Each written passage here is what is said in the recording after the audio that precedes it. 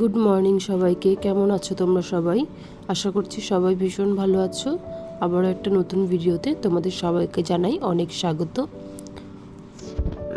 আশা করছি তোমরা এই পুরো ভিডিওটাতে আমার সাথে থাকবে। আর যদি ভালো লাগে তো অবশ্যই চ্যানেলটাকে সাবস্ক্রাইব করে দিও, লাইক করতে কিন্তু ভুলো না, আর সুন্দর সুন্দর কমেন্ট করে যেও। তো যাই হোক, সকালে ঘুম থেকে উঠে আগে বিছানাপত্র পরিষ্কার করে নিলাম। আর দেখছিলাম যে আমি ওখানে লাগিয়েছিলাম যে মানি প্ল্যান্টগুলো ঠিক কতটা বড় হলো। সকালে ঘুম থেকে উঠে আমার প্রথম কাজই হলো বিছানাপত্র গুছিয়ে তারপর গাছগুলোর একটু সেবা যত্ন করা। তো সকালবেলা যে চালটা ভিজিয়ে রেখেছিলাম, তো ওই চালের জলটাই সবকটা গাছে কিন্তু আমি প্রতিদিন দিয়ে দিই। আসলে চালের জল কিন্তু, চাল ধোয়া জল কিন্তু ভীষণই উপকারী গাছের জন্য। এতে গাছের কিন্তু গ্রোথটাও ভীষণ ভালো হয়। নর্মাল জল দেওয়ার থেকে একটু চাল ধোয়া জল বা একটু কাঁচা সবজির খোসা এগুলো দিলে কিন্তু বেশ ভালো গ্রোথনেস হয় গাছের। তো ওই কারণেই আগে এগুলোতে জল দিয়ে দিলাম, আর তারপরে দেখো ব্যালকনির এই জায়গাটাকে মুছে নিচ্ছি।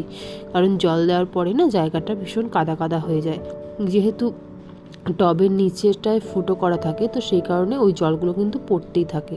তো সেই কারণে হচ্ছে আগে জলটা দিই, তারপরে জলটা ক্রমাগত কমে পড়ে শেষ হয়ে যাওয়ার পরে কিন্তু আমি এই জায়গাটা মুছি। তো কোকোপিট দিয়েছিলাম দেখো গাছগুলোতে, কিন্তু মুশকিল হচ্ছে কোকোপিটটা না বেশি দিয়ে ফেলেছি। আসলে না আন্দাজ করতে পারিনি যে ফুলে এতটা বেশি হয়ে যাবে। তো এগুলোকে না একদিন সময় করে আবার কমিয়ে দিতে হবে, কারণ উপচে উপচে পড়ে যাচ্ছে। আমারই ভুল, এতটা দেওয়াটা উচিত হয়নি। তবে দেখো পাতাগুলো কিন্তু খুব সুন্দর, গ্রোথনেসটা হয়েছে আর এত সুন্দর ছড়িয়েছে, দেখতেও ভীষণ ভালো লাগছে। আর ওই জন্য আমি এই যে গাছের হলুদ পাতাগুলো আছে এগুলো একটু ফেলে দিচ্ছি। আর পাতাগুলোর মধ্যে একটু হালকা ধুলো পড়েছে, তাই এগুলোকে একটু শুকনো ভেজা কাপড় দিয়ে এগুলোকে মুছে দিলাম। দেখতেও ভালো লাগবে, যেহেতু ইনডোর প্ল্যান্ট, তো এগুলোকে যদি পরিষ্কার পরিচ্ছন্ন করে না রাখা হয় তবে কিন্তু দেখতে খুব একটা ভালো লাগে না। ধুলো পড়ে থাকলে কিন্তু ভীষণই বাজে লাগে দেখতে। ঘরের সৌন্দর্য বাড়ানোর বদলে সৌন্দর্য কিন্তু কমে যায়। তো এই কারণেই মাঝে মাঝে একটু আমি পাতাগুলোকে পরিষ্কার করে দিই এইভাবে, সময় হাতে যেদিন একটু সময় বেশি থাকে সেদিন। তো দেখো এইখানের পাতাগুলো ভীষণ কিন্তু পরিষ্কার করে দেওয়ার পরে চকচকে লাগছে দেখতে, তাই না? ভালো লাগছে দেখতে। দেখেছো এই গাছটাও কত সুন্দর গ্রোথনেস এসেছে। তো এগুলো আমি কিন্তু বেশি দিন হয়নি, প্রায় 1 বছর মতো হয়েছে গাছগুলো লাগিয়েছি, আর এত সুন্দর গ্রোথনেস কি বলবো।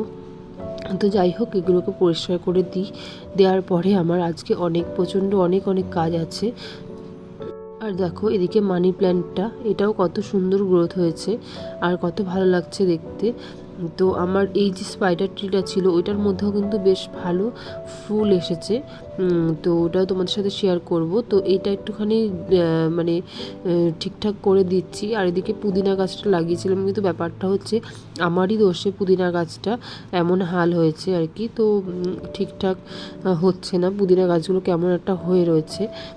তো বাকি কয়েকটা ছিল ওগুলো মরেও গেছে। তো দেখো এদিকে আমার সমস্ত কাজগুলো মোটামুটি শেষ। এবার ভাবছি নিজের একটু যত্ন নিয়ে নিই। তো বিছানাটা ভালো করে পরিষ্কার করে নিয়ে মাথা আঁচড়ে নিয়ে তারপরে বাকি কাজগুলো আস্তে আস্তে সেরে নেব। সামনেই বাড়িতে পুজো, আর এখন হচ্ছে বাড়িতে প্রচুর কাজ। ঘর গোছানো, ঘর পরিষ্কার করা, এদিক ওদিক ধুলো পড়ে থাকা ওগুলোকে পরিষ্কার করা, প্রচণ্ডই এখন ঘরে প্রচুর ব্যস্ত। এই মাসটা প্রচুর ব্যস্ততায় কাটবে আর কি। তো জানি না কতটা কি ব্লগ তোমাদের সাথে শেয়ার করতে পারবো, তবে আমি চেষ্টা করব যে তোমাদের সাথে সমস্ত ব্লগগুলো শেয়ার করার। তো এটা হচ্ছে আমার ড্রেসিং টেবিল। তো এই জায়গাটাকে ভালো করে পরিষ্কার করে গুছিয়ে নিলাম ঠিকঠাক করে। তো এই জায়গাটা হচ্ছে মেয়েদের সবথেকে প্রিয় জায়গা আর কি। তো সেলফ কেয়ার করছিলাম, করতে করতে ভাবলাম এই জায়গাগুলো তোমাদের সাথে একটু শেয়ার করে দিই। তো দেখো এগুলো হচ্ছে আমার প্রতিদিনকার ইউজের জিনিসপত্র। তো এগুলোকে গুছিয়ে পরিষ্কার করে রাখছি, তারপরে চলে যাচ্ছি রান্নাঘরে। তো এদিকে দেখো ভাতটা আমি তখন বসিয়ে দিয়ে গেছিলাম, কাজ করতে করতে ভাতটা বসিয়ে দিয়েছিলাম, আর এদিকে পেঁয়াজটা ভাজা করে নিচ্ছি। ঘরে একটু থোড় ছিল, তো সেই থোড়টাকেই ভাজা করব। আর মা পাঠিয়েছে বাড়ি থেকে মাংস। তো সেই কারণে আজকে যেহেতু মা রান্না করে পাঠিয়ে দিয়েছে, তো ভাবলাম থোরটা বাড়িতে মানে থেকে নষ্ট হবে, তো সেই কারণে এটাকে রান্না করে নিচ্ছি। আর মেয়ে যাবে স্কুলে, তো ওই কারণে মেয়ের ভাতটাও রেডি করে দিলাম, ও খাবে, ওকে খাইয়ে দাইয়ে পাঠিয়ে দেবো স্কুলে, তারপরে আমি নিজে রেডি হব। আর মা শুধু মাংসই পাঠায়নি, সাথে দেখলাম আবার একটু মাছও পাঠিয়েছে। তো ভালোই হলো যে আজকে আমাকে রান্না বেশি করতে হবে না। প্রায় এখন বাজে 9:30 মতো, আর এদিকে মেয়ে বসে গেছে খেতে। তো ওকে খেতে দিয়ে আমি ওর টিফিন পত্রগুলো গুছিয়ে দিলাম, জলের বোতল এগুলো সব রেডি করে দিলাম। ততক্ষণে ও নিচে এগুলো খেয়ে নেবে, আর তারপর ওকে চুলটা বেঁধে রেডি করে দেবো আর কি। যতক্ষণ ও স্কুলে না যায় ততক্ষণ হচ্ছে মানে ভীষণ একটা হেডেক থাকে যে কখন যাবে, রেডি করব, এগুলো একটা কাজের একটা তাড়া থাকে।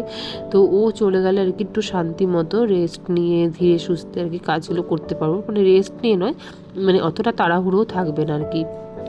তো যাই হোক, ওকে খেতে টেতে দিয়ে দিলাম, এখন ওর খাওয়াটা হয়ে যাক, তারপরে ওকে রেডি টেডি করবো। একা হাতে যেহেতু সমস্তটা করতে হয়, তো ও খাওয়া হয়ে গেছে ওর মোটামুটি। ওর খাওয়া হতে হতে আমি দিকটায় জামা কাপড় কয়েকটা ছিল সেগুলোকে একটু গোছগাছ করে নিলাম, কারণ আমাকেও তো বেরোতে হবে, ওর যাওয়ার ঘন্টাখানেকের মধ্যেই হয়তো আমাকেও বেরোতে হয়। তো সেই কারণে আর কি যতটা পারি গুছিয়ে করার চেষ্টা করি তাড়াতাড়ি করে। তো এই 2 ঘন্টাই হাতে সময় থাকে, সকাল থেকে 8:30 থেকে 9:30 10:30। তো এইটুকু সময়ের মধ্যে রান্নাটা কমপ্লিট করি, আর বাকি সময়টুকু হয়তো হাতে 1 ঘন্টা থাকে, ওই ঘন্টাখানিক সময়ের মধ্যেই সমস্ত কাজটা সেরে নিতে হয়। আর তাছাড়া একটা সংসারে তো মানে কিছু অল্প কাজ থাকে না, অনেক পরিমাণে কাজ থাকে। তো এত কাজ মানে করা সম্ভব হয়ে ওঠে না একসাথে। তো ওই কারণে আস্তে আস্তে করি, এক একটা দিন এক একটা পার্ট বেছে নিই যে আজকে এই কাজটা করব, আজকে ওই কাজটা করব। তো তবু আর কি কখনো কখনো হয় না। তো সেই কারণে আর কি ব্লগিংগুলো তোমাদের সাথে সমস্তগুলো সেভাবে শেয়ার করে উঠতে পারি না। আর ইচ্ছে করেই কিছুদিন মানে রেগুলার ব্লগটা দিচ্ছি না, যেহেতু এইভাবে কাজ করলে তো আর হয় না, কারণ ব্লগিং মানে হচ্ছে পুরো সমস্ত কাজগুলোই তোমার ডিটেলসে শেয়ার করা।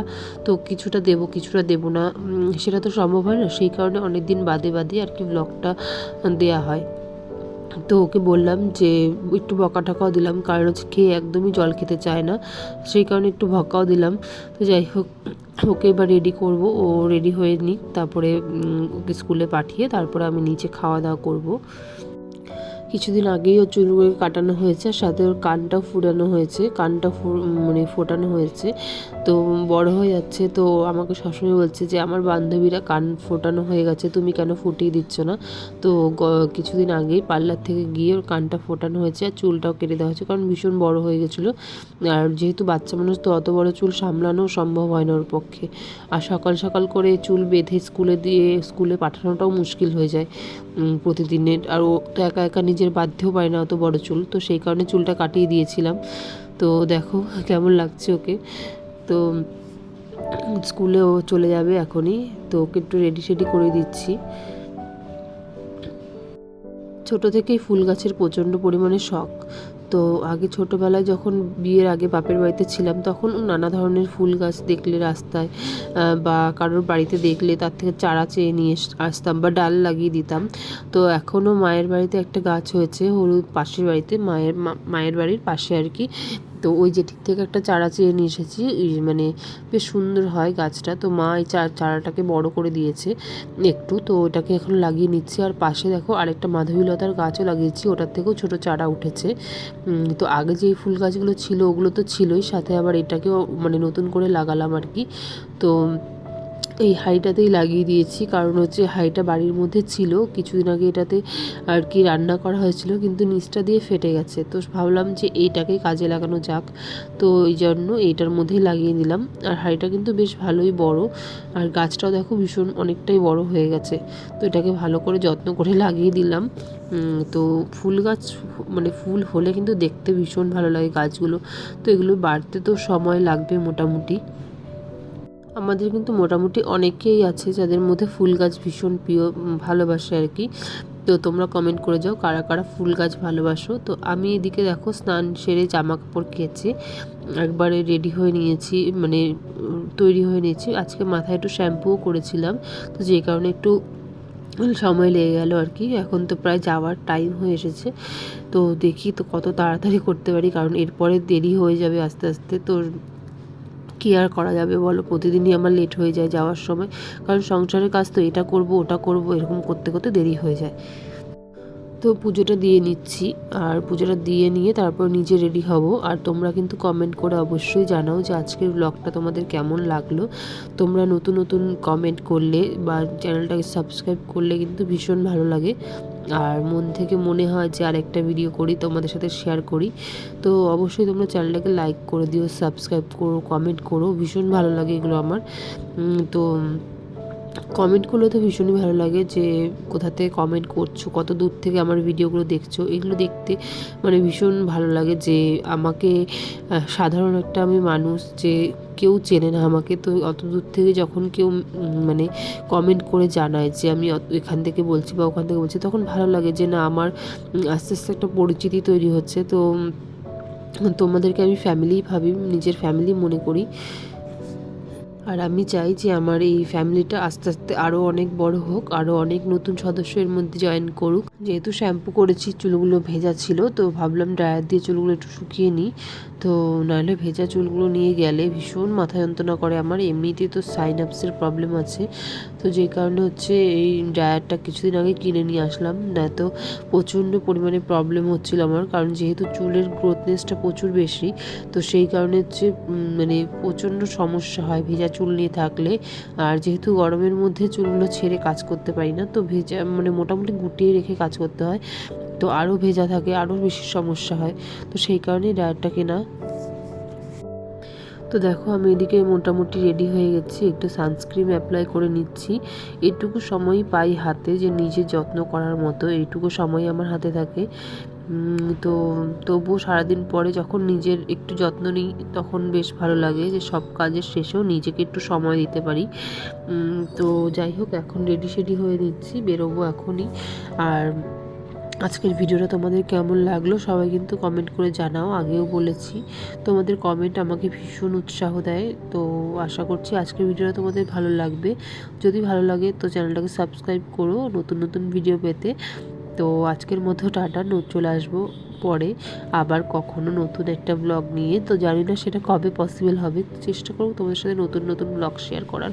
তো চলো আজকের মতো টাটা সবাইকে।